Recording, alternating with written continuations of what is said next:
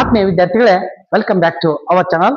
ಇಂದು ನಾವು ಏನ್ ಮಾಡೋಣಪ್ಪ ಅಂದ್ರೆ 7ನೇ ತರಗತಿಗೆ ಸಂಬಂಧಪಟ್ಟಂತ ಅಧ್ಯಾಯ 4 ಅಕ್ಷರ ಸಂಖ್ಯೆಗಳ ಉಕ್ತಿಗಳು. ಈ ಅಧ್ಯಾಯದ ವಿವರಣೆಯನ್ನ ತಿಳಿದುಕೊಳ್ಳೋಣ. ಅದಕ್ಕಿಂತಲೂ ಮುಂಚೆ ನಮ್ಮ ಚಾನಲ್ ಅನ್ನ ಯಾರು ಸಬ್ಸ್ಕ್ರೈಬ್ ಮಾಡುವ ಸಬ್ಸ್ಕ್ರೈಬ್ ಮಾಡ್ಕೊಳ್ಳಿ, ಹಾಗೆ ಒಂದು ಬೆಲ್ ಐಕಾನ್ ನ ಪ್ರೆಸ್ ಮಾಡಿ, ಜೊತೆಗೆ ಒಂದು ಲೈಕ್ ಕೊಡಿ. ಸರಿ, ಈಗ ನಾವು ಏನ್ ಮಾಡೋಣಪ್ಪ ಅಂದ್ರೆ ಸ್ಟೆಪ್ ಬೈ ಸ್ಟೆಪ್ ಹುಡ್ಕೋತ ಹೋಗೋಣ. ನೋಡಿ, ಅಕ್ಷರ ಸಂಖ್ಯೆಗಳ ಕಲ್ಪನೆ. ಗಣಿತ ಸಂಬಂಧಗಳು ಮತ್ತು ವಿನ್ಯಾಸಗಳನ್ನು ಸಂಕ್ಷಿಪ್ತ ರೂಪದಲ್ಲಿ ವ್ಯಕ್ತಪಡಿಸುವ ವಿಧಾನವನ್ನ ಆ ಅಧ್ಯಾಯದಲ್ಲಿ ನಾವು ನೋಡೋಣ. ಈ ಅಧ್ಯಾಯದಲ್ಲಿ ನಾವು ನೋಡ್ಬೇಕಾಗುತ್ತೆ ಈ ಸಂಬಂಧಗಳು ಮತ್ತು ವಿನ್ಯಾಸಗಳ ಬಗ್ಗೆ ಯೋಚಿಸಲು ನಮ್ಮ ಕೆಲವೊಂದು, ಯಾಕಂದ್ರೆ ಗಣಿತದಲ್ಲಿ ನಾವು ಏನ್ ಮಾಡ್ಬೇಕತ್ತೆ, ಕೆಲವೊಂದು ಸಂಬಂಧಗಳು ಬರ್ತಾವ. ಅಂದ್ರೆ ಒಂದು ಇಲ್ಲದ ವಸ್ತುವನ್ನ ಅಥವಾ ಇರುವಂತ ವಸ್ತುವನ್ನ ಸಂಖ್ಯೆಗಳು ನಮ್ಗೆ ಗುರುತಿರೋದಿಲ್ಲ, ಅವುಗಳನ್ನ ನಾವು ಯಾವ ರೀತಿಯ ಕಲ್ಪನೆ ಮಾಡ್ಕೋಬೇಕು, ಅವುಗಳಿಗೆ ಯಾವ ರೀತಿ ಹೆಸರು ಕೊಡ್ಬೇಕು ಅನ್ನೋದನ್ನ ಈ ಅಕ್ಷರ ಉಕ್ತಿಗಳು ಹೇಳ್ತಾವ. ಉದಾಹರಣೆ, ಶಬ್ನಂ ಅಫ್ತಾಬ್ಗಿಂತ 3 ವರ್ಷ ದೊಡ್ಡವಳು. ನೋಡ್ರಿ, ಶಬ್ನಂ ಎನ್ನುವಂತ ಹುಡುಗಿ ಈ ಶಬ್ನಂ ಅಫ್ತಾಬ್ಗಿಂತ ಎಷ್ಟು ವರ್ಷ? 3 ವರ್ಷ ದೊಡ್ಡವಳು. ಅಫ್ತಾಬ್ನ ವಯಸ್ಸು 10 ವರ್ಷಗಳಾದರೆ ಶಬ್ನಂನ ವಯಸ್ಸು 13 ವರ್ಷ ಆಗಿರುತ್ತದೆ. ಅಫ್ತಾಬ್ನ ವಯಸ್ಸು 10 ವರ್ಷ ಆದ್ರೆ ಶಬ್ನಂನ ವಯಸ್ಸು ಎಷ್ಟಾಗಿರುತ್ತೆ? 13 ವರ್ಷ ಆಗಿರುತ್ತೆ. ಈಗ ಅಫ್ತಾಬ್ನ ವಯಸ್ಸು 18 ವರ್ಷಗಳಾದ್ರೆ ಶಬ್ನಂನ ವಯಸ್ಸು ಎಷ್ಟು? ಇವನ್ನ ನಾವು ಕಲ್ಪನೆ ಮಾಡ್ಕೊಳ್ತಾ ಹೋಗ್ಬೇಕತಿ. ನೋಡ್ರಿ, ಇದನ್ನ ಇಲ್ಲಿ 3 ವರ್ಷಗಳ ನಂತರ ನಮ್ಗೆ ಎಷ್ಟು ಆಗ್ತಾವ ಅನ್ನೋದನ್ನ ಇಲ್ಲಿ ಕೆಳಗ ಕೊಟ್ಕೊಳ್ತಾ ಹೋಗಿದಾರೆ. ನೋಡ್ರಿ, ಯಾವ ರೀತಿಯಾಗಿ ನಾವು ಮಾಡ್ಬೇಕು ಅನ್ನೋದನ್ನು ಕೂಡ ಇಲ್ಲಿ ಅವರು ಏನ್ ಮಾಡ್ಯಾರ, ವಿವರಣೆಯನ್ನು ನೀಡಿದಾರ. ನೋಡ್ರಿ, ಅಫ್ತಾಬ್ನ ವಯಸ್ಸನ್ನು ಕೊಟ್ಟಾಗ ಶಬ್ನಂ ವಯಸ್ಸನ್ನು ನೀವು ಹೇಗೆ ಕಂಡು ಹಿಡಿಯುವಿರಿ? ನಾವ್ ಹೆಂಗ್ ಕಂಡು ಹಿಡಿಬೇಕಪ್ಪ ಅಂದ್ರೆ, ನಾವು ಶಬ್ನಂ ವಯಸ್ಸನ್ನು ಪಡೆಯಲು ಅಫ್ತಾಬ್ ವಯಸ್ಸಿಗೆ 3 ವರ್ಷ ಕೂಡ್ತೇವಿ. ಅದ್ರಲ್ಲಿ ಕೊಟ್ಬಿಟ್ಟಾರ ಅವರು 3 ವರ್ಷ ನಾವ್ ಏನ್ ಮಾಡ್ತೇವೆ, ಕೂಡ್ತೇವೆ. ಇದನ್ನು ನಾವು ಒಂದು ಉಕ್ತಿಯಾಗಿ ಬರೆಯಬಹುದೇ? ನಾವೊಂದು ಉಕ್ತಿಯಾಗಿ ಇದನ್ನ ಬರೀಬಹುದ ಅಂತ ಕೇಳ್ತಾರ. ಹೆಂಗ? ಶಬ್ನಂ ವಯಸ್ಸು ಎಕ್ಸ್ ಆಗಿರಲಿ, ಇದನ್ನು ಒಂದು ಉಕ್ತಿಯಾಗಿ ಬರೆಯಬಹುದೇ? ಶಬ್ನಂ ವಯಸ್ಸು ಅಫ್ತಾಬ್ಗಿಂತ 3 ವರ್ಷ ಹೆಚ್ಚು. ಸಂಕ್ಷಿಪ್ತವಾಗಿ ಇದನ್ನು ಹೀಗೆ ಬರೆಯಬಹುದು. ಹೆಂಗ? ಅಫ್ತಾಬ್ ವಯಸ್ಸು ಪ್ಲಸ್ ಎಕ್ಸ್ ಪ್ಲಸ್ 3. ಇದನ್ನ ನಾವು ಅಫ್ತಾಬ್ನ ವಯಸ್ಸನ್ನ ಎಕ್ಸ್ ಅಂತ ತಗೊಂಡಿವಂದ್ರ ಅಫ್ತಾಬ್ನ ವಯಸ್ಸನ್ನ ನಾವು ಎಕ್ಸ್ ಅಂತ ತಗೋಬಹುದು.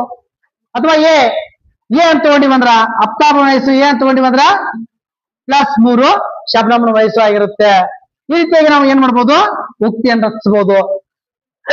ಏನೋ ತಗೋಬೇಕಂತಿಲ್ಲ, ನೀವು ಎಕ್ಸ್ ತಗೋಬಹುದು, ವಾಯ್ ತಗೋಬಹುದು, ಬೇಕಾದ್ ತಗೋಬಹುದು. ಅಥವಾ ಅವರ ವಯಸ್ಸನ್ನು ನಾವು ಸೇರಿಸ್ತೇನಪ್ಪ ಅಂದ್ರ ಅವರ ಹೆಸರನ್ನ ನಾವ್ ಏನ್ ಮಾಡ್ಬೋದು, ಹಾಕ್ಬಹುದು.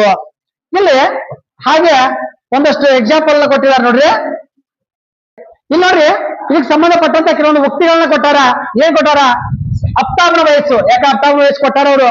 ಅವ್ನ್ 10 ಇದ್ದಾಗ ಒಂದ್ ಎಷ್ಟಾಕತಿ ಅನ್ನೋದನ್ನ ಇಲ್ಲಿ 4 ಇತ್ತಪ್ಪ ಅಂದ್ರ ಅವ್ನಕ್ಕಿಂತ ಅವ್ನು ಶಬ್ನಂ ಎಷ್ಟು? 3 ವರ್ಷ ದೊಡ್ಡವ. ಇಲ್ಲಿ 3 ವರ್ಷ ದೊಡ್ಡವ. 10 ಇದ್ದಾಗ 3 ವರ್ಷ, 23 ಇದ್ದಾಗ 3 ವರ್ಷ. ಇಲ್ಲಿ ಎಷ್ಟು? ಅವ್ರು ಹೇಳಿದ್ರು 18 ಅಂತೇಳಿ. 18 ಇದ್ದಾಗ ಇಲ್ಲಿ 18 ಪ್ಲಸ್ 3 ಆಗ್ತತಿ. ಅವ್ನ ಏಜ್ ಗುರ್ತಿಲ್ಲ ನಮಗೆ, ಅವನ ಹೆಸರು ನಮಗ್ ಗುರ್ತಿಲ್ಲ, ಅವ್ನ ಏಜ್ ಗುರ್ತಿಲ್ಲ ಅಂದಾಗ ನಾವ್ ಏನ್ ಮಾಡ್ಬೇಕತಿ? ABCD Z ತಾನು ಹಚ್ಕೊಂಡು ನಾವೇನ್ ಮಾಡ್ಬೇಕತಿ? ಆ ಲೆಕ್ಕವನ್ನ ಮಾಡ್ಬೇಕಾಗುತ್ತೆ. ಸರಿ ವಿದ್ಯಾರ್ಥಿಗಳೇ, ಇಲ್ಲಿ ನೋಡಿ ಏನ್ ಕೊಟ್ಟಾರ? ಅಫ್ತಾಬ್ನ ವಯಸ್ಸನ್ನು ಸೂಚಿಸಲು ನಾವು ಬೇಕಾದ ಸಂಖ್ಯೆಯನ್ನು ಬಳಸಬಹುದು, ಬೇಕಾದ ಅಕ್ಷರವನ್ನು ಬಳಸಬಹುದು. ಇಂಗ್ಲಿಷ್ನ ಬೇಕಾದ ಅಕ್ಷರವನ್ನ, 2ನೇ ತರದ ಅಕ್ಷರವನ್ನ A ನಂತರ Z ವರೆಗೂ ಬೇಕಾದನ್ನ ಬಳಸಬಹುದು. ಇದನ್ನ ಬಳಸ್ಬೇಕಂತೇನಿಲ್ಲ. ಹಾಗೆ ಶಬ್ದನದ್ದು ಎಸ್ ಅಂದ್ರೆ ಅವ್ರ ಹೆಸರು ಸ್ಟಾರ್ಟ್ ಆಗೋಣ ಅಕ್ಷರಗಳನ್ನು ತಗೊಂಡಾರ. ಆಗ ಶಬ್ದನ ವಯಸ್ಸು ಕಂಡು ಹಿಡಿಯುವ ಗಣಿತ ಯೋಕ್ತಿ ಏನಾಗ್ತಪ್ಪ ಅಂದ್ರೆ A ಪ್ಲಸ್ 3 ಆಗುತ್ತೆ. ಅದನ್ನ ನಾವು ಉಕ್ತಿ ಒಳಗೆ ಬರಿಬೇಕಾದ್ರೆ S is equal to A plus 3. ನಾವು ಹೇಗೆ ಯಾವ ಬೆಲೆಯನ್ನ ತುಂಬ್ಕೋತೇವಲ್ಲ, ಹೇಗೆ ಯಾವ ಬೆಲೆಯನ್ನ ಅಂದ್ರೆ, ಈಗ ಅಫ್ತಾಬ್ ಒಂದು 100 ವರ್ಷ ಅವನಪ್ಪ ಅಂದ್ರೆ ಶಬ್ನಂ 103 ಇರ್ತಾನ. ಅಂದ್ರೆ ನಾವು ಯಾವುದೋ ಒಂದು ಬೆಲೆಯನ್ನು ತುಂಬ್ಕೋಬಹುದು. ಯಾವುದೇ ಒಂದು ಬೆಲೆಯನ್ನ, ಇಲ್ಲದ ಬೆಲೆಯನ್ನ, ನಮಗೆ ಗೊತ್ತಿಲ್ಲದ ಬೆಲೆಯನ್ನ, ಗೊತ್ತಿಲ್ಲದ ವಯಸ್ಸನ್ನ ಸೂಚಿಸೋದಕ್ಕ ಏಜ್ ಕೊಲ್ಟ್ 23 ಕೊಟ್ಟಾರ ಅಫ್ತಾಬ್ನ ವಯಸ್ಸುಗಳಲ್ಲಿ. ಆದ್ರೆ ಶಬ್ನಂನ ವಯಸ್ಸು ಎಷ್ಟು? ಅದನ್ನ ನಾವು ಎ ಇದ್ದಲ್ಲಿ ಏನ್ ಮಾಡಿರ 23 ಅಂದಾರ. 23 ನಾವಿಲ್ಲಿ ಹಚ್ಕೋಬೇಕು. ಪ್ಲಸ್ 3 26. ಅಂದ್ರೆ ಶಬ್ನಂನ ವಯಸ್ಸು ಎಷ್ಟು? 26 ಅನ್ನೋದನ್ನ ನಾವಿಲ್ಲಿ ಏನ್ ಮಾಡ್ಬೇಕಾಗುತ್ತೆ? ತಿಳಿದುಕೊಳ್ಬೇಕಾಗುತ್ತೆ. ಸಂಖ್ಯೆಗಳನ್ನ A ಪ್ಲಸ್ 3 ಇದರ ಮುಂದೆ ಓದಿದೆ. ಅಕ್ಷರ ಸಂಖ್ಯೆಯನ್ನು ಗಣಿತೋಕ್ತಿಗಳಲ್ಲಿ ಬರೆಯೋದನ್ನ ಏನಂತಾರ? ಬೀಜೋಕ್ತಿಗಳು. ಇದು ಇಂಪಾರ್ಟೆಂಟ್. ನೋಡಿ, ಸಂಖ್ಯೆಗಳನ್ನು ಪ್ರತಿನಿಧಿಸಲು ಬಳಸುವ ಎ ಎಸ್ ನಂತ ಅಕ್ಷರಗಳನ್ನು ಅಕ್ಷರ ಸಂಖ್ಯೆಗಳು, ಈ ಪಾಠದ ಹೆಸರಾದ ಅಕ್ಷರ ಸಂಖ್ಯೆಯ ಉಕ್ತಿಗಳು, ಅಕ್ಷರ ಮತ್ತು ಸಂಖ್ಯೆಗಳನ್ನ ಒಳಗೊಂಡಿರುವಂತಹ ಉಕ್ತಿಗಳು ಎನ್ನುವರು. ಅಂದ್ರೆ ಎ ಎಸ್ ನ ಅಕ್ಷರಗಳನ್ನ ಬಳಸೋದಕ್ಕ ಅಕ್ಷರ ಸಂಖ್ಯೆಗಳು. A+3 ಈ ರೀತಿ ಅಕ್ಷರ ಸಂಖ್ಯೆಗಳನ್ನು ಹೊಂದಿರುವ ಗಣಿತೋಕ್ತಿಗಳನ್ನ ಏನಂತಾರಪ್ಪ ಅಂದ್ರೆ ಬೀಜೋಕ್ತಿಗಳು ಅಂತಾರ. ಬೀಜೋಕ್ತಿಗಳು ಎಂದರೇನು ಅನ್ನೋದಕ್ಕ ನಮ್ಗೆ ಇಲ್ಲಿದೆ ಆನ್ಸರ್. ಯಾಕಪ್ಪ ಅಂದ್ರೆ ಒಂದು ಚರಾಕ್ಷರ ಅಂದ್ರ ಇಂಗ್ಲಿಷ್ ಅಕ್ಷರ, ಹಾಗೆ ಒಂದು ಅಂಕಿ, ಇವುಗಳೆರಡನ್ನು ಬಳಸಿಕೊಂಡು ಬರೆಯುವಂತಹ ಉಕ್ತಿಯನ್ನ ಏನಂತಾರಪ್ಪ ಅಂದ್ರೆ ಅಕ್ಷರ ಸಂಖ್ಯೆಗಳ ಉಕ್ತಿ ಅಥವಾ ಏನಂತಾರ ಬೀಜೋಕ್ತಿ, ಬೀಜೋಕ್ತಿಗಳು ಅಂತೇಳಿ ಕರೀತಾರ. ಇಲ್ಲಿ ನೋಡಿ ವೀಕ್ಷಕರೇ, ಶಬ್ನಮ್ಮನ ವಯಸ್ಸನ್ನು ನೀಡಿದೆ ಅಂದ್ರೆ ಈಗ ಇಷ್ಟೊತ್ತನ ಅಪ್ತಾಬನ ವಯಸ್ಸನ್ನು ನೀಡಿತ್ತು, ಈಗ ಶಬ್ನಮ್ಮನ ವಯಸ್ಸನ್ನು ನೀಡ್ಯಾರ. ಅವಾಗ ಅಪ್ತಾಬನ ಕರಿಬೇಕಾದ್ರ, ಯಾಕಂದ್ರೆ ಶಬ್ನಮ್ಮ ಏನಪ್ಪಾ ಅಂದ್ರೆ ಅಪ್ತಾಬಕ್ಕಿಂತ ಮೂರಷ್ಟು ದೊಡ್ಡವಳು. ಈಗ ಶಬ್ನಮ್ಮನ ದೊಡ್ಡಕಿನ ಕೊಟ್ಟು ಸಣ್ಣವ್ರ ಕೇಳಿದ್ರೆ ಏನ್ ಮಾಡ್ಬೇಕು, ಮೈನಸ್ ಮಾಡ್ಬೇಕಾಗುತ್ತೆ. ಅಂದಲ್ಲೇ ಇಲ್ಲಿ ಏನ್ ಮಾಡಿದಾರ, ಒಂದು ಉಕ್ತಿಯನ್ನು ರಚನೆ ಮಾಡಿದಾರ. A = S-3 ಶಬ್ನಮ್ಮನ ಕೊಟ್ಟಾರ, -3 ಮೈನಸ್ ಅನ್ನು ಮಾಡ್ಬೇಕು. ಇಲ್ಲಿ ನೋಡಿ, ಶಬ್ನಮ್ಮ ವಯಸ್ಸು 20 ಆದರೆ ನಾವು ಮಾಡೋಣ, 20 ಆದರೆ ಅಪ್ತಾಬನ ವಯಸ್ಸನ್ನು ಕಂಡುಹಿಡಿಯಲು ಬೀಜೋಕ್ತಿಯನ್ನ ಉಪಯೋಗಿಸಿ ಎಂದಾರ. ನೋಡಿ, ಶಬ್ನಮ್ ಎಷ್ಟು, S = ಎಷ್ಟೈತಿ, 20 ಐತಿ. ನಮಗೆ ಆನ್ಸರ್ ಬೇಕಾಗಿದ್ದು ಏನೈತಿ, A = S-3. ಆದ್ದರಿಂದ ನಾವಿಲ್ಲಿ ಏನ್ ಮಾಡ್ಬೋದು, 20 - 3 = 17. ಅಂದ್ರೆ ಅಪ್ತಾಬನ ವಯಸ್ಸು ಎಷ್ಟು, 17 ಅಂತೇಳಿ ನಾವಿಲ್ಲಿ ಹೇಳ್ಬೋದು. 17 ವರ್ಷ. ಜೊತೆಗೆ ಇಲ್ಲಿ ನೋಡ್ರಿ, ಪಾರ್ಥಿವ ಬೆಂಕಿ ಕಡ್ಡಿಗಳ ವಿನ್ಯಾಸಗಳು ಮಾಡಕತ್ತಾನ. ಅಂದ್ರ ಒಂದ್ ಅಕ್ಷರ ಬರಿಬೇಕಾದ್ರ ಎಷ್ಟು ಕಡ್ಡಿಗಳು ಬೇಕು, 2 ಕಡ್ಡಿಗಳು ಬೇಕಾಗ್ತಾವ. ಯಾಕಪ್ಪ ಅಂದ್ರ ಇದ್ರ ಅದರ ಮೇಲೆ ಆಮೇಲೆ 2 ಬರ್ತಾನ, 4 ಕಡ್ಡಿ ಬೇಕಾಗ್ತಾವ. ಇಲ್ಲಿ 6 ಹಿಂಗ 8 9 ಕಡ್ಡಿಗಳು ಜಂಪ್ ಹಾಕೋತ ಹೋಗ್ಬಹುದು. ಇಲ್ಲಿ ನೋಡಿ, 2 ಬರಿಬೇಕಾದ್ರೆ 4 ಆತು. ಇಲ್ಲಿ ಏನ್ ಮಾಡೋಣ, 3 ಬರೆಯಕತ್ತಾನ. 1 2 3 4 5 6. ಇದೇ ರೀತಿ ಅವೇನಾಗ್ತಾವ, ಮುಂದುವರಿತಾವ. ಎಷ್ಟೆಷ್ಟು ಆಗ್ತಾವು ಅನ್ನೋದನ್ನ ನಾವ್ ಏನ್ ಮಾಡೋಣ, ನೋಡೋಣ. ಈಗ ನೋಡಿಲಿ, 5 ಎಲೆಗಳನ್ನು ಬರೆಯಲು ಅವ್ನು ಎಷ್ಟು ಮಾಡ್ತಾನ, 10 ಕಡ್ಡಿಗಳು ಬೇಕಾಗ್ತಾವ. ಇಲ್ಲಿ ಕೊಟ್ಟಾರ 5 × 2. ಇಲ್ಲಿ ಎಷ್ಟು, 5 × 2 7 ಬರಿಬೇಕಾಗ್ತಂದ್ರೆ 45 ಬರಿಬೇಕಾಗ್ತಂದ್ರೆ, ಹೀಗೆ ಎಲೆಗಳ ಸಂಖ್ಯೆ ಮತ್ತು ಬೆಂಕಿ ಕಡ್ಡಿಗಳ ಸಂಖ್ಯೆ ನಡುವಿನ ಸಂಬಂಧವನ್ನು ಏನ್ ಹೇಳ್ತಪ್ಪ ಅಂದ್ರೆ, ಒಂದು ಗೊತ್ತಿರುವಂತ ಸಂಖ್ಯೆ ಯಾವ್ದಪ್ಪ ಅಂದ್ರೆ 2. ಒಂದ್ ಎಲ್ಲಿ ಬರಿಬೇಕಾದ್ರ ಎಷ್ಟು ಬೇಕು, 2 ಬೆಂಕಿ ಕಡ್ಡಿಗಳು ಬೇಕು. ಇನ್ನು ಗೊತ್ತಿಲ್ಲದ ಎಲೆಗಳು ನಮ್ಗೆ ಎಷ್ಟು ಬೇಕೋ ಅಷ್ಟನ್ನು ನಾವೇನ್ ಮಾಡ್ಬೋದು, ಹಾಕೋಬಹುದು. ಇದೊಂದು ಏನಾಗ್ತದಪ್ಪ ಅಂದ್ರ ಅಕ್ಷರ ಸಂಖ್ಯೆಗಳ ಉಕ್ತಿ ಆಗಿ ಮಾರ್ಪಡಿಸ್ತತಿ. ಮೊದಲು ನಾವು ಇಲ್ಲಿರುವ ಸಂಬಂಧ ಮತ್ತು ವಿನ್ಯಾಸದ ಬಗ್ಗೆ ವಿವರಿಸೋಣ. ಪ್ರತಿ ಎಲ್ಲಿಗೆ 2 ಬೆಂಕಿ ಕಡ್ಡಿಗಳ ಅಗತ್ಯವಿದೆ. ಆದ್ದರಿಂದ ಅಗತ್ಯವಿರುವ ಬೆಂಕಿ ಕಡ್ಡಿಗಳ ಸಂಖ್ಯೆ L. ನೋಡ್ರಿ, ಅಗತ್ಯವಂತ ಬೆಂಕಿ ಕಡ್ಡಿಗಳ ಸಂಖ್ಯೆ ಎಷ್ಟು, L. ಇದು ಫಿಕ್ಸ್. ಇದು ಗೊತ್ತಿರುವಂತ ಸಂಖ್ಯೆ L 2. ನಮಗ ಈ 2 ಇಷ್ಟೊಂದು ಗುರ್ತೈತಿ. L ಬೆಲೆ ಎಷ್ಟೈತಿ, 2 ಐತಿ. ಇನ್ನು ಸಂಖ್ಯೆ 2 ಅಷ್ಟಿರ್ತದೆ. ಇದನ್ನು ಹೀಗೆ ಬರೆಯಬಹುದು, ಬೆಂಕಿ ಕಡ್ಡಿಗಳ ಸಂಖ್ಯೆ 2 ಗುಣಾಕಾರ 2 L ಅಂದ್ರೆ 2 ಇರ್ತವ. ಈಗ ನಾವು ಎಲೆಗಳ ಸಂಖ್ಯೆಯನ್ನು ಸೂಚಿಸುವ ಅದೇ ಅಕ್ಷರವನ್ನು ಬಳಸಬಹುದು. ನೋಡ್ರಿ, 2N ಬೇಕಾದ ಅಕ್ಷರವನ್ನು ನಾವು L ಬದಲೇ ಬಳಸಬಹುದು. ನಾವು ಎಲ್ಲ ಬಳಸ್ಬೇಕಂತೇನಿಲ್ಲ. L ಬದಲೇ ನಾವು N ಬಳಸಬಹುದು, X ಬಳಸಬಹುದು. ನೀವು ನಿಮ್ಮ ಹೆಸರುಗಳಿಂದ ಕೂಡ ಏನ್ ಮಾಡಬಹುದು, ಬಳಸ್ಕೋಬಹುದು. ಈ ರೀತಿ ಉದಾಹರಣೆಗಳನ್ನ ಮತ್ತಷ್ಟು ಉದಾಹರಣೆಗಳನ್ನ ಕೊಟ್ಟಾರ. ಉದಾಹರಣೆ 3, ಕೇತಕಿ ತೆಂಗಿನಕಾಯಿ ಬೆಲ್ಲದ ಲಡ್ಡುಗಳನ್ನು ತಯಾರಿಸಿ ಸರಬರಾಜು ಮಾಡುತ್ತಾಳೆ. ಒಂದು ತೆಂಗಿನಕಾಯಿ ಬೆಲೆ 35. ಒಂದು ತೆಂಗಿನಕಾಯಿ ಬೆಲೆ 35 ಆದ್ರ 1 kg ಬೆಲ್ಲದ ಬೆಲೆ 60 ರೂಪಾಯಿ. ಈಗ ಕೇಳ್ತಾಳ, 10 ತೆಂಗಿನಕಾಯಿ ಮತ್ತು 5 kg ಬೆಲ್ಲ ಖರೀದಿಸಿದರೆ ಅವಳು ಎಷ್ಟು ಹಣವನ್ನ ಪಾವತಿಸಬೇಕಾಗುತ್ತದೆ? ಯಾಕಂದ್ರ ಇದನ್ನ ನಾವು ಹೊಸದನ್ನೇನು ತಿಳಿಸಾತಿಲ್ಲ, ಇದು ಇದ್ರಂದ್ರ ಐತಿ. ಬಟ್ ನಾವ್ ಏನ್ ತಿಳ್ಕೋದ, ನಮಗ್ ಮುಂದೆ ಲೆಕ್ಕದಾಗ ಏನೈತಿ, ಈ ಪಾಠದ ಉದ್ದೇಶ ಏನೈತಿ? ಯಾಕೆ ಫಸ್ಟ್ ನಮಗ್ ಬಂದ್ಬಿಡತಿ ಬೀಜೋಕ್ತಿಗಳು ಅಂತೇಳಿ. ಆ ಬೀಜೋಕ್ತಿನ ಯಾವ ರೀತಿಯಾಗಿ ನಾವು ಬಿಡಿಸ್ಬೇಕು, ಯಾವ ರೀತಿಯಾಗಿ ನಿಮ್ಗೆ ಅರ್ಥ ಆಗ್ಬೇಕು ಅನ್ನೋದನ್ನ ನೋಡ್ಬೇಕಾದ್ರ ಈ ಉದಾಹರಣೆಗಳನ್ನ ನೋಡ್ಬೇಕು ನಾವು. 10 ತೆಂಗಿನಕಾಯಿಗಳು 5 kg ಅವಳು ಎಷ್ಟು ಹಣ ಪಾವತಿಸಬೇಕಾಗುತ್ತದೆ? ಇಲ್ಲಿ ನೋಡ್ರಿ, ಕೊಟ್ಬಿಟ್ಟಾರ. ಈಗ ಅದನ್ನ ಎಷ್ಟು ಪಾವತಿಸಬೇಕಾಗ್ತದೆ, 10 ಗುಣಾಕಾರ ಎಷ್ಟು 35. ಇದೇನು ತೆಂಗಿನಕಾಯಿಗಳ ಬೆಲೆ ಅಂದ್ರೆ ಇಸ್ಕೊಲ್ಟಿ ಎಷ್ಟಾಯ್ತು 350. ಇನ್ನ 5 ಕೆಜಿ ಬೆಲ್ಲ ಇದು 300, ಅಂದ್ರೆ ಟೋಟಲ್ ಎಷ್ಟಾಯ್ತು 650. 650 ಆಯ್ತು. ಹಾಗೆ 8 ತೆಂಗಿನಕಾಯಿ 9 ಕೆಜಿ ಬೆಲ್ಲ ಕಳಿಸಿದ್ರೆ ಎಷ್ಟು ಹಣ ಪಾವತಿಸಬೇಕಾಗುತ್ತದೆ? ಇದನ್ನ ನಾವು ಮಾಡ್ರಿ ಅಂತ ಹೇಳಿದಾರ. ಸರಿ, ಇಲ್ಲಿ ಏನ್ ಮಾಡಿದಾರ, 8 ತೆಂಗಿನಕಾಯಿಗಳು 9 ಕೆಜಿ ಬೆಲ್ಲ ಕಳಿಸಿದ್ರೆ ಎಷ್ಟು? ನಾವು ಅದನ್ನ ಲೆಕ್ಕವನ್ನ ಇಲ್ಲಿ ಮಾಡೋಣ.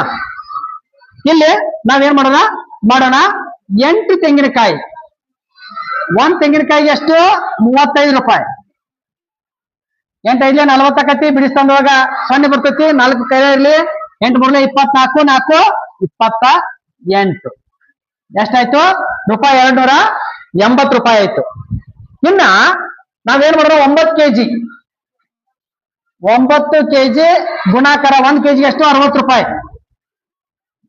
6 54. ಇದು ಈಜಿಯಾಗಿ ಮಾಡಿಬಿಡ್ಬೇಕು. ಎಷ್ಟಾಯ್ತು 540 ರೂಪಾಯಿ ಆಯ್ತು. ಈಗ ಅವುಗಳು ಎರಡನ್ನು ಕೂಡಿಸೋಣ ನಾವು. ಪ್ಲಸ್ 540 ಎಷ್ಟಾಯ್ತು? 0ಗೆ 0 ಬಂತು, 12, ಒಂದು ಕೈಲ ಇರುತ್ತೆ, 7 1 8 ರು 820 ರೂಪಾಯಿ ಆಗ್ತೈತಿ. 820 ರೂಪಾಯಿ. ಇಲ್ಲಿ ನೋಡಿ, ಕೊಟ್ಟಿರುವ ತೆಂಗಿನಕಾಯಿಗಳ ಸಂಖ್ಯೆ ಮತ್ತು ಬೆಲ್ಲದ ಪರಿಮಾಣಕ್ಕನುಗುಣವಾಗಿ ಪಾವತಿಸಬೇಕಾದ ಒಟ್ಟು ಹಣವನ್ನು ಕಂಡುಹಿಡಿಯಲು ಒಂದು ಬೀಜೋಕ್ತಿಯನ್ನ, ಇದಕ್ಕೆ ಸಂಬಂಧಪಟ್ಟಾಗ ಒಂದು ಬೀಜೋಕ್ತಿಯನ್ನು ಬರಿ ಅಂತಾರ.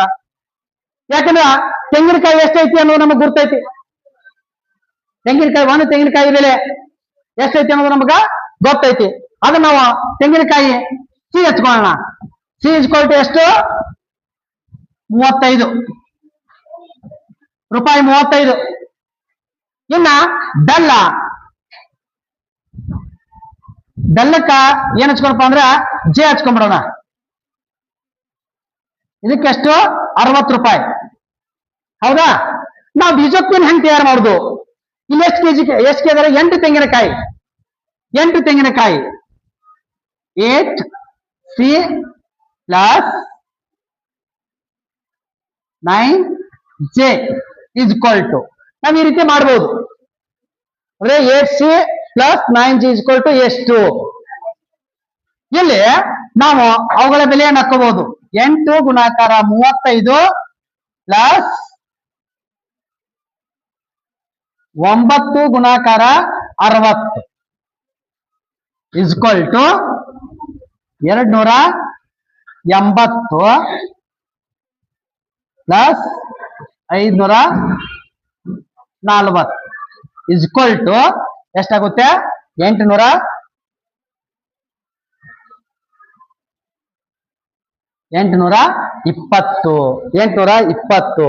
ಅರಿದು ಎದ್ರ ಬೆಲೆ 8C plus 9J is equal to ಎಷ್ಟಾಗುತ್ತೆ? 820 ರೂಪಾಯಿ ಆಗುತ್ತೆ ಅಂತೇಳಿ ನಾವೇನ್ ಮಾಡ್ಬೋದು ಹೇಳ್ಬೋದು. ಈ ರೀತಿ ಬೀಜೋಕ್ತಿಯನ್ನ ನಾವೇನ್ ಮಾಡ್ಬೋದು ರಚಿಸಬಹುದು.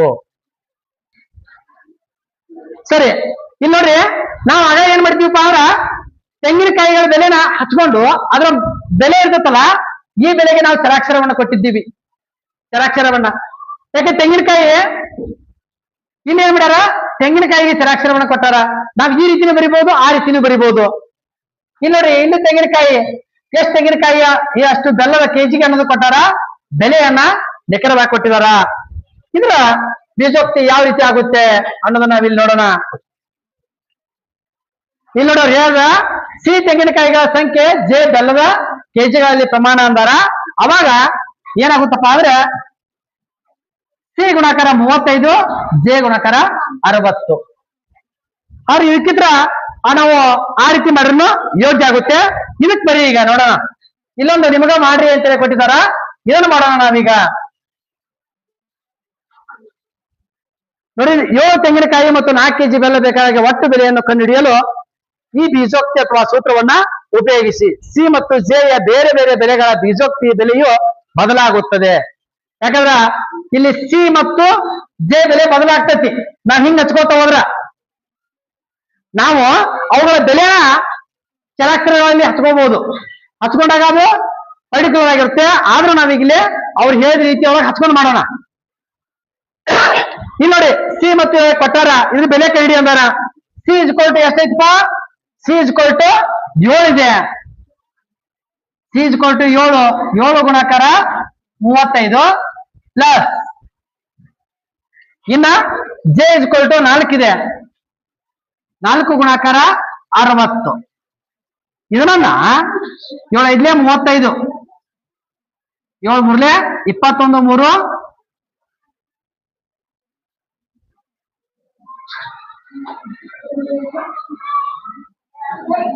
ಸ್ಟಾಪ್. ಇಲ್ಲಿ ನೋಡಿ, ಇಲ್ಲಿ ಸಿ ಅಂದ್ರೆ ತೆಂಗಿನಕಾಯಿ, ಜೆ ಅಂದ್ರೆ ಬೆಲ್ಲ, ಎಷ್ಟು ಕೆಜಿ ಅನ್ನೋದನ್ನ 7 5 35, 7 3 21 3 24 ಪ್ಲಸ್ 4 6 24 0 ಇಸ್ಕ್ವಲ್ ಟು ಎಷ್ಟಾಗುತ್ತೆ? 485. ಅಂದ್ರೆ ಈ ಬೀಜೋಕ್ತಿಯ ಬೆಲೆ ಎಷ್ಟಾಗುತ್ತಪ್ಪ ಅಂದ್ರೆ 485 ಆಗುತ್ತೆ. 4 ಸರಳ ಆಕೃತಿಗಳ ಸುತ್ತಳತೆಯನ್ನು ಕಂಡುಹಿಡಿಯುವುದು ನಮಗೆ ಪರಿಚಿತವಾಗಿದೆ. ಚೌಕದ ಸುತ್ತಳತೆ ಅದರ ಬಾವಿನ ಉದ್ದದ 4ರಷ್ಟು. ಇದನ್ನು ಬೀಜೋಕ್ತಿಯಾಗಿ ಹೀಗೆ ಬರೀಬಹುದು. ಹೆಂಗ್ ಬರೀಬಹುದು ಅಂತ ಯಾರಪ್ಪ ಅಂದ್ರ 4 ಗುಣಾಕಾರ ಕ್ಯೂ ಬಾವಿನ ಉದ್ದ. ಇಲ್ಲಿ ಕ್ಯೂ ಬಾವಿನ ಉದ್ದವನ್ನು ಸೂಚಿಸುತ್ತದೆ, ಇದು ನೆನಪಿರಬೇಕು. ಕ್ಯೂ ಬಾವಿನ ಉದ್ದವನ್ನ ಸೂಚಿಸ್ತತಿ. ಬಾವಿನ ಉದ್ದ 7 ಸೆಂಟಿಮೀಟರ್ ಇರುವ ಚೌಕದ ಸುತ್ತಳತೆ ಎಷ್ಟು ಕಂಡುಹಿಡಿಯಲು ಬೀಜೋಕ್ತಿಯನ್ನ ಬಳಸಿ ಅಂತಾರ. ಈ ಬೀಜೋಕ್ತಿ ಇದೆ ಇಲ್ಲಿ. ನಾವು ಸುತ್ತಳತೆಯನ್ನು ಕಂಡುಹಿಡಿಬೇಕಾದ್ರ ಏನಪ್ಪಾ ಅದ್ರ ಸೂತ್ರ ಏನು? 4 ಬಾವುಗಳು 4 ಇರ್ತಾವ. ಬಾವುಗಳು 4, ಅದ್ರ ಅಳತೆಯನ್ನು ಏನ್ ಮಾಡ್ತಾರ? ಕ್ಯೂ ಅಂತೇಳಿ, ಉದ್ದವನ್ನ ಕ್ಯೂ ಅಂತ ಬರ್ರಿ ಅಂತಾರ. ಇನ್ನ ಬರಿಬಹುದು 4 ಗುಣಾಕಾರ ಕ್ಯೂ. ಇಲ್ಲಿ ಕ್ಯೂ ಬೆಲೆ 7 ಸೆಂಟಿಮೀಟರ್ ಅಂದಾರ. ಕ್ಯೂ ಬೆಲೆ ಎಷ್ಟು? 7 ಸೆಂಟಿಮೀಟರ್ ಅಂದಾರ. ಅವಾಗ ನಾವು 4 ಗುಣಾಕಾರ 7 ಸೆಂಟಿಮೀಟರ್. ಇಲ್ಲೇನ್ ಹೇಳಿದಾರ? ಸುತ್ತಳತೆ ಬರಿಬೇಕಾದ್ರ ಸೆಂಟಿಮೀಟರ್ ಇದೆ, ಸೆಂಟಿಮೀಟರ್ ಆಗ್ತೈತಿ. ಅದ್ರ ಸುತ್ತಿನ ಅಳತೆ ಅಷ್ಟೇ. ಅದು 7 4 28 cm ಅಂದ್ರೆ ಸೆಂಟಿಮೀಟರ್. ಇವಾಗ ಸುತ್ತಳತೆ ಎಷ್ಟಾಗುತ್ತೆ? 28 ಸೆಂಟಿಮೀಟರ್ ಆಗುತ್ತೆ. ಇನ್ನ ಈ ಎಲ್ಲ ಇಷ್ಟೊತ್ತನ ಉದಾಹರಣೆಗಳು ನೋಡಿದೀವಲ್ಲ, ಇದಕ್ಕೆ ಸಂಬಂಧಪಟ್ಟ ಹಾಗೆ ಮುಂದಿನ ಕಂಡುಹಿಡಿಯೋದನ್ನ ನಾವೇನ್ ಮಾಡೋಣ ನೋಡೋಣ. ನೀವೆಲ್ಲ ಹೆಚ್ಚಿಗೆ ವಿದ್ಯಾರ್ಥಿಗಳು ಬಯಸೋದು ಏನಪ್ಪಾ ಅಂದ್ರೆ ಡೈರೆಕ್ಟ್ ಕಂಡುಹಿಡಿರಿ ಉತ್ತರಗಳನ್ನ. ಯಾಕಂದ್ರ ಮೊದಲಿನ ಉದಾಹರಣೆಗಳನ್ನ ನಾವು ತಿಳ್ಕೋದಿಲ್ಲ ಅಂದ್ರ ಕಂಡುಹಿಡಿಯಿರಿ, ನೇರವಾಗಿ ಮಾಡೋಕ್ ಆಗೋದಿಲ್ಲ. ನಾವೇನ್ ಮಾಡ್ಬೋದು? ಯೂಟ್ಯೂಬ್ ಈ ರೀತಿ ಕ್ಲಾಸ್ಗಳಲ್ಲಿ ನಾವೇನ್ ಮಾಡ್ಬೋದು? ನೋಡಿ ಉತ್ತರವನ್ನು ಬರೆದು ಬಿಡ್ಬೋದು. ನಮಗ್ ಅರ್ಥ ಆಗ್ಬೇಕಲ್ಲ. ನಮಗ್ ಅರ್ಥ ಆಗ್ಬೇಕಾದ್ರೆ ನಾವ್ ಏನ್ ಮಾಡ್ಬೇಕು? ಫಸ್ಟ್ ಉದಾಹರಣೆಗಳನ್ನ ನೋಡ್ಬೇಕು, ಆನಂತರ ಇದಕ್ಕೆ ಹೋಗ್ಬೇಕು. ಇಲ್ಲಿ ಪ್ರಶ್ನೆ ಬಂದ ನೋಡ್ರಿ, ಇವುಗಳ ಸುತ್ತಳತೆ ಸೂತ್ರಗಳನ್ನ ಬರೆಯಿರಿ ಅಂತಾರ. ಎಲ್ಲಾ ಬಾಹುಗಳು ಸಮವಾಗಿರುವ ತ್ರಿಭುಜ. ತ್ರಿಭುಜ ಅಂದ್ರೆ ಎಷ್ಟು ಬಾಹುಗಳು ಇರ್ತಾವ? ಬಾಹುಗಳು ಎಷ್ಟಿದಾವ ತ್ರಿಭುಜದಲ್ಲಿ? 3 ಬಾಹುಗಳು ಇರ್ತಾವ. 3 ಬಾಹುಗಳು. ಇಲ್ಲಿ ನಾವು ಬಾಹುವನ್ನ ಎ ಬಾಹುವಿಗೆ ನಾವಿಲ್ಲಿ ಎ ಅನ್ನುವಂತ ಅಕ್ಷರವನ್ನ ತಗೊಂಡಿವಿ ಅಂದ್ರ ಇದರ ಸುತ್ತಳತೆ ಎಷ್ಟಾಗ್ತಪ್ಪ ಅಂದ್ರೆ 3 ಗುಣಾಕಾರ ಎ. ಇದರ ಸುತ್ತಳತೆ ಎಷ್ಟಾಗುತ್ತೆ? 3 ಗುಣಾಕಾರ ಎ ಅಂತೇಳಿ ನಾವು ಬರಿಬಹುದು. ಇನ್ನ ಎರಡನೇ ನೋಡೋಣ, ಒಂದು ನಿಯಮಿತ ಪಂಚಭುಜಾಕೃತಿ. ಯಾಕ ಆರ್ಯತಕ್ಕಿದ್ದು ಇವು.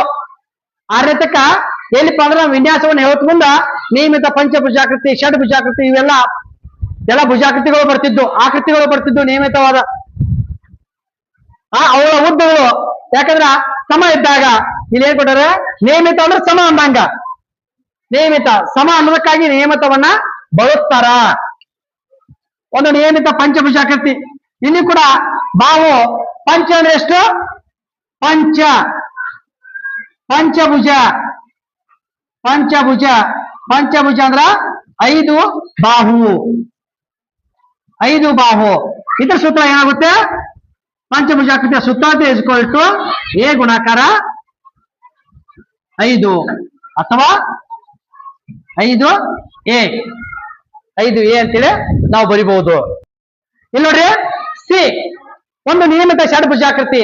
ಷಡ್ ಅಂದ್ರೆ ಎಷ್ಟು? 6 ಬಾಹು. 6 ಬಾಹು. ಇದರ ಸುತ್ತಳತೆ ಬರಿಬೇಕಾದ್ರೆ ನಾವು ಏನ್ ಮಾಡ್ಬೋದು? 6 ಗುಣಾಕಾರ ಬಾಹು ಅಥವಾ ಏನ್ ಬರಿಬಹುದು? 6a ಅಂತೇಳಿ ಇದರ ಸುತ್ತಳತೆಯನ್ನ ನಾವು ಬರಿಬಹುದು. ಸುತ್ತಳತೆ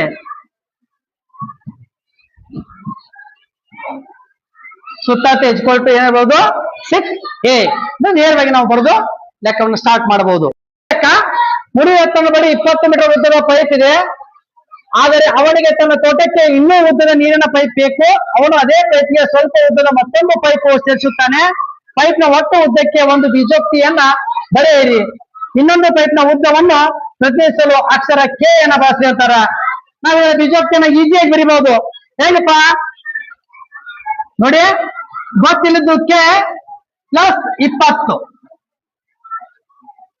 ಕೆ ಪ್ಲಸ್ 20 ಎಂ ಅಂತೇಳಿ ನಾವು ಇದ್ರ ಬೀಜೋಕ್ತಿಯನ್ನ ರಚನೆಯನ್ನ ಮಾಡಬಹುದು. ಇಲ್ಲಿ ಮೂರನೇ ನೋಡ್ರಿ, 120 ಮತ್ತು 5 ನೋಟುಗಳ ಮುಂದೆ ಕೊಟ್ಟಿರುವ ಸಂಖ್ಯೆಗಳಲ್ಲಿ ಇದ್ದರೆ ಕೃತಿಕಾ ಬಳಿ ಇರುವ ಒಟ್ಟು ಮೊತ್ತ ಎಷ್ಟು ಕೋಷ್ಟಕವನ್ನು ಪೂರ್ಣಗೊಳಿಸಿ ಅಂತಾರ. ಈ ಪೂರ್ಣಗೊಳಿಸೋಣ ನೋಡ್ರಿ. ಈ ಕೃತಿಕಾ ಬಳಿ ಎಷ್ಟು ಇದಾವ? 100 3 ನೋಟ್ ಇದಾವ. 3 ನೋಟ್ ಇದಾವ ಅಂದ್ರ 3 ಗುಣಾಕಾರ 100 ಪ್ಲಸ್ 20 ಎಷ್ಟು ಇದಾವ? 5 ನೋಟ್ ಇದಾವ.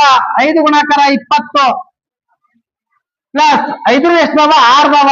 6 ಗುಣಾಕಾರ 5 ಇಸ್ಕ್ವಲ್ ಟು 300 300 100 400 430. ಇದ್ರ ಬೆಲೆ 430. ಇನ್ನು ಇಲ್ಲಿ ಎಷ್ಟಾಗುತ್ತೆ? 6 ನೋಟ್ಗಳದಾವ. ಇನ್ನು 20 4 ನೋಟ್ ಇದಾವ. 5 3 ನೋಟ್ ಇದಾವ. ಫಿಲ್ ಮಾಡೋಣ. ಇಲ್ಲಿ ಬರೋಣ. 100 8 ಇದಾವ. 8 ಗುಣಾಕಾರ 100 ಪ್ಲಸ್ ಇನ್ನು 20 4 ಇದಾವ. 4 ಗುಣಾಕಾರ 20 ಪ್ಲಸ್ 5 ಜೆಡ್ ಇದಾವ. 5 ಎಷ್ಟು ಇದಾವ? ಜೆಡ್ ಇದಾವ. ಅಂದ್ರ ಇದನ್ನ ನಾವು ಬರಿಬೇಕಾದ್ರೆ ಹೆಂಗ್ ಬರಿಬೇಕೈತಿ? 880 ಪ್ಲಸ್ 5 ಜೆಡ್ 5 ಜೆಡ್ ಅಂತೇಳಿ ನಾವು ಇವನ್ನ ಬೀಜೋಕ್ತಿಯನ್ನ ಬರಿಬೇಕಾಗುತ್ತೆ. 5 ಜೆಡ್. ನೋಡೋಣ. 100 ಎಕ್ಸ್ ಇದಾವ. X into 100 plus y into 20 plus z into 5 is equal to ನಾವು ಇದನ್ನ ಏನ್ ಮಾಡ್ಬೋದಪ್ಪ ಅಂದ್ರೆ 100 X plus 20y plus 5z ಅಂತ ಇದನ್ನ ನಾವು ಫಿಲ್ ಮಾಡಬಹುದು ವಿದ್ಯಾರ್ಥಿಗಳೇ. ಈ ರೀತಿಯಾಗಿ ನಾವು ಇದನ್ನ ಮಾಡಬಹುದು.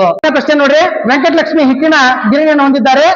ರೋಲರ್ ಮಿಲ್ ಚಾಲನೆಗೆ ಎಷ್ಟು ಬರುತ್ತೆ? 10 ಸೆಕೆಂಡ್. ಸ್ಟಾರ್ಟ್ ಆಗ್ಬೇಕಾದ್ರೆ 10 ಸೆಕೆಂಡ್ಗಳನ್ನ ತೆಗೆದುಕೊಳ್ಳುತ್ತದೆ. ಒಮ್ಮೆ ಚಾಲನೆ ಆದರೆ ಪ್ರತಿ ಕೆಜಿ ಧಾನ್ಯವನ್ನ ಹಿಟ್ಟು ಮಾಡಲು ಅದೆಷ್ಟು ಹೋಗುತ್ತಪ್ಪ ಅಂದ್ರೆ 8 ಸೆಕೆಂಡ್ಗಳನ್ನ ತೆಗೆದುಕೊಳ್ಳುತ್ತದೆ. ಯಂತ್ರವು ಆರಂಭದಲ್ಲಿ ಆಫ್ ಆಗಿದೆ ಎಂದು ಊಹಿಸಿಕೊಂಡು ಫಸ್ಟ್ ಬಂದಾಗೈತಿ ಅಂತ ಊಹಿಸಿಕೊಂಡು ಮುಂದೆ ನೀಡಿರುವ ಯಾವ ಬೀಜೋಕ್ತಿಯು y ಕೆಜಿ ಧಾನ್ಯವನ್ನ ಹಿಟ್ಟು ಮಾಡಲು ತೆಗೆದುಕೊಳ್ಳುವ ಸಮಯವನ್ನ ವಿವರಿಸುತ್ತದೆ ಅಂತ ಕೇಳ್ತಾರ.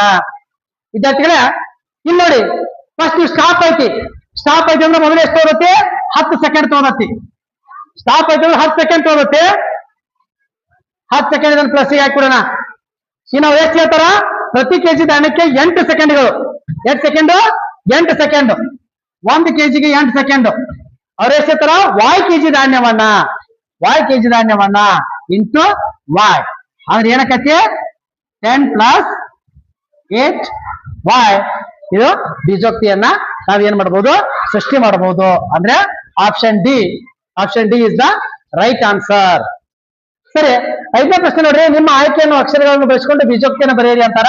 ವಿದ್ಯಾರ್ಥಿಗಳು ನೋಡಿ, ಈಗಾಗಲೇ ನಾವು ಬೀಜೋಕ್ತಿಯನ್ನು ಹೆಂಗ್ ಬರೀಬೇಕು ಅಂತ ತಿಳ್ಕೊಂಡ್ಬಿಟ್ಟೇವೆ.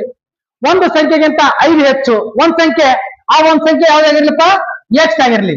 5 ಹೆಚ್ಚು ಅಂದ್ರೆ ಪ್ಲಸ್ 5 ಎಷ್ಟು ಬರೆದ್ಬಿಟ್ರೆ ನಮಗೊಂದು ಬೀಜೋಕ್ತಿ ರೆಡಿ. ಇನ್ನು ಒಂದು ಸಂಖ್ಯೆಗಿಂತ 4 ಕಡಿಮೆ, ನಾವು ಆ ಒಂದು ಸಂಖ್ಯೆ y ಆಗಿರ್ಲಿ. ಒಂದು ಸಂಖ್ಯೆ ಏನಾಗಿರ್ಲಿ? y ಆಗಿರ್ಲಿ. 4 ಕಡಿಮೆ -4 y -4. ಒಂದು ಸಂಖ್ಯೆಯು 13ರಷ್ಟಕ್ಕಿಂತ 2 ಕಡಿಮೆ. ಒಂದು ಸಂಖ್ಯೆ ಫಸ್ಟ್ ನಾವು ತಗೋಬೇಕು. ಒಂದ್ ಸಂಖ್ಯೆ ಏನಾಗಿರ್ಲಪ್ಪ?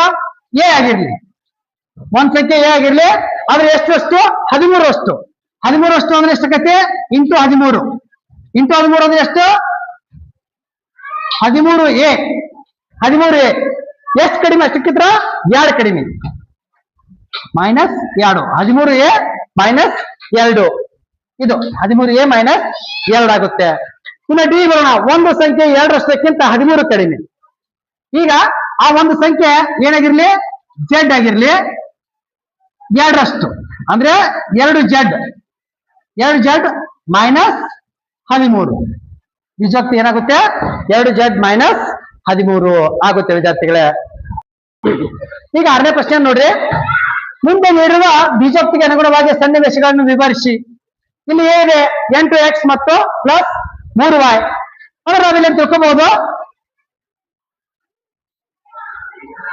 ಪೆನ್ನಿನ ಬೆಲೆ.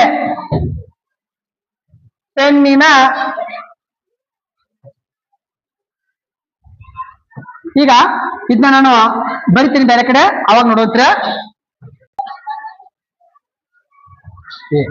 ಏನಿತ್ತು ಇಲ್ಲಿ ನೋಡಿ. ಒಂದು ಪೆನ್ನಿನ ಬೆಲೆ 8x ಅಂದ್ರೆ ಪೆನ್ನಿನ ಆಗಿದೆ. ಒಂದು ಪೆನ್ಸಿಲ್ ಬೆಲೆ, ಒಂದು ಪೆನ್ಸಿಲ್ನ ಬೆಲೆ ಎಷ್ಟಾಗಿದೆಪ್ಪ ಅಂದ್ರೆ Rs ಆಗಿದೆ. ಆದ್ದರಿಂದ 8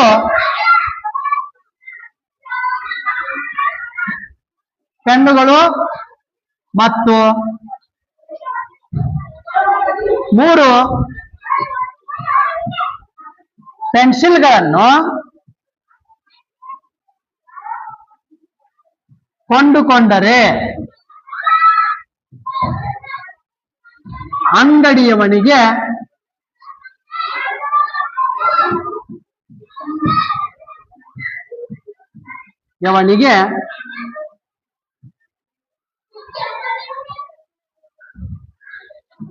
ಕೊಡಬೇಕಾದ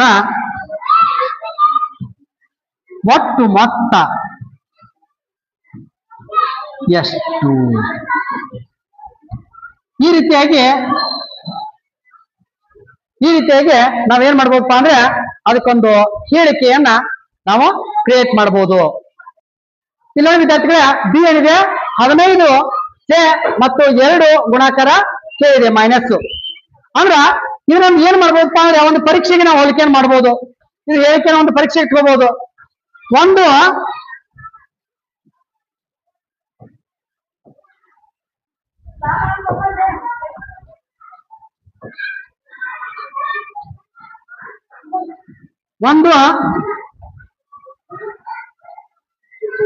ಪರೀಕ್ಷೆಯಲ್ಲಿ ಸರಿ ಉತ್ತರಕ್ಕೆ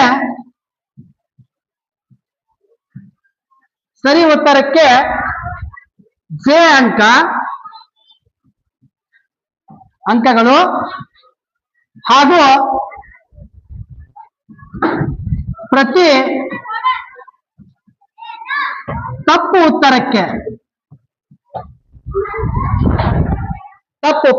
ಉತ್ತರಕ್ಕೆ ಕೆ ಅಂಕಗಳು ಸಿಗುತ್ತವೆ.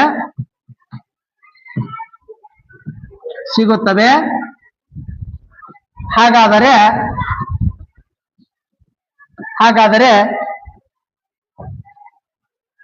ವಿದ್ಯಾರ್ಥಿಯು ವಿದ್ಯಾರ್ಥಿಯು 15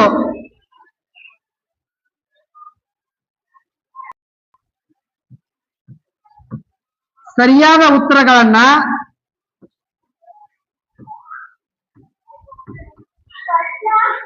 ಹಾಗೂ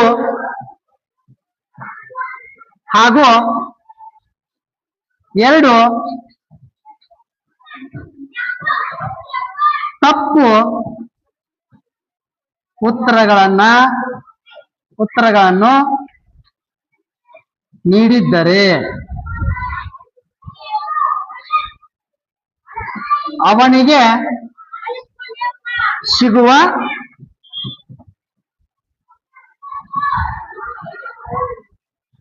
ಅಂಕಗಳೆಷ್ಟು ಅಂತೇಳಿ ನಾವೇನ್ ಮಾಡ್ಬೋದು, ರೆಡಿ ಮಾಡಬಹುದು. ಇವಾಗ ಅಂಕಗಳನ್ನ ಹೇಳ್ಬೇಕಾದ್ರೆ 15J ಮೈನಸ್ 2K ಎನ್ನುವಂತ ಬೀಜೋಕ್ತಿಯನ್ನ ನಾವೇನ್ ಮಾಡ್ಬೇಕಾಗುತ್ತೆ, ರಚಿಸ್ಬೇಕಾಗುತ್ತೆ ವಿದ್ಯಾರ್ಥಿಗಳೇ. ಈಗ ಇವೆರಡು ಅದು ಇದು ಇನ್ನಿದು ಚಿತ್ರದಲ್ಲಿ ತೋರಿಸಿರುವಂತೆ ಒಂದು ಕ್ಯಾಲೆಂಡರ್ ತಿಂಗಳಲ್ಲಿ ದಿನಾಂಕವನ್ನು ಪೂರ್ಣವಾಗಿ ಹೊಂದಿರುವ 2 ಗುಣಾಕಾರ 3 ಇಲ್ಲಿ ಕೊಟ್ಟಾರ. 2 ಗುಣಾಕಾರ 3 ಆಯ್ಕೆ ಮಾಡಿದರೆ ತಳಭಾಗದ ಮಧ್ಯದ ಕೋಶವು ದಿನಾಂಕ W ಹೊಂದಿದ್ದರೆ ಖಾಲಿ ಕೋಶದಲ್ಲಿನ ದಿನಾಂಕಗಳಿಗೆ ಬೀಜೋಕ್ತಿಗಳನ್ನ ಬರೆಯಿರಿ. ಇಲ್ಲಿ ನೋಡಿ ಒಂದು ಕೊಟ್ಟಾರ, ಇಲ್ಲಿ ಮಧ್ಯದ್ದು W ಆಗಿದೆ.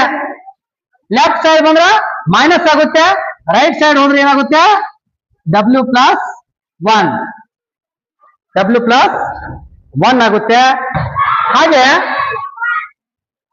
ಇನ್ನ ಯಾಕಂದ್ರೆ W ಅಂದ್ರೆ ಇಲ್ಲಿ 20 ಐತಿ, ಇದನ್ನ ನೆನಪಿಟ್ಕೋಬೇಕು. 20 +1 ಆಗುತ್ತೆ. ಇನ್ನ ಈಚೆ ಕಡೆ ಬಂದಿವ ಅಂದ್ರೆ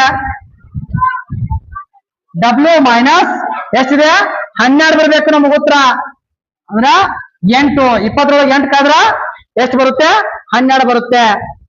ಇನ್ನ ಅದ್ರ ಬಾಜುದ್ದು W ಮೈನಸ್ 7 ಅಂದ್ರೆ 20 7 ಕಾದ್ರೆ ನಮ್ಗೆ ಎಷ್ಟು ಉತ್ತರ ಬರುತ್ತೆ ವಿದ್ಯಾರ್ಥಿಗಳೇ, 13 ಬರುತ್ತೆ.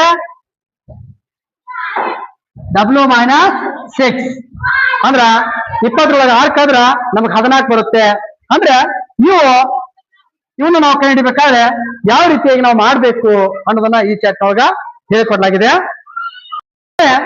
ಇಲ್ಲಿವರೆಗೂ ನಾವು 4ನೇ ಘಟಕದ ಈ ಕಂಡುಹಿಡಿಯಿರಿ ಎನ್ನುವಂತ ಅಂಶಗಳವರೆಗೂ ತಿಳಿದುಕೊಂಡಿವಿ.